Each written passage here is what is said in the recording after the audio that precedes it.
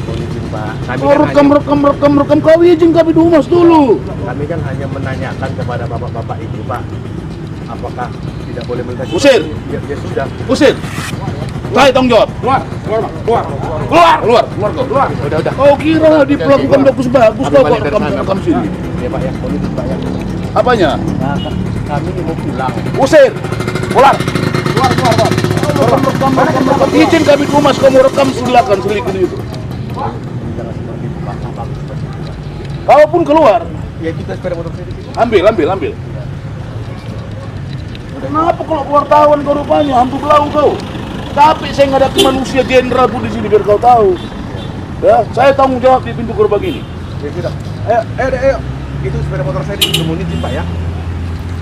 Keluar kau dari sana. Apa wartawan rekam kau apa?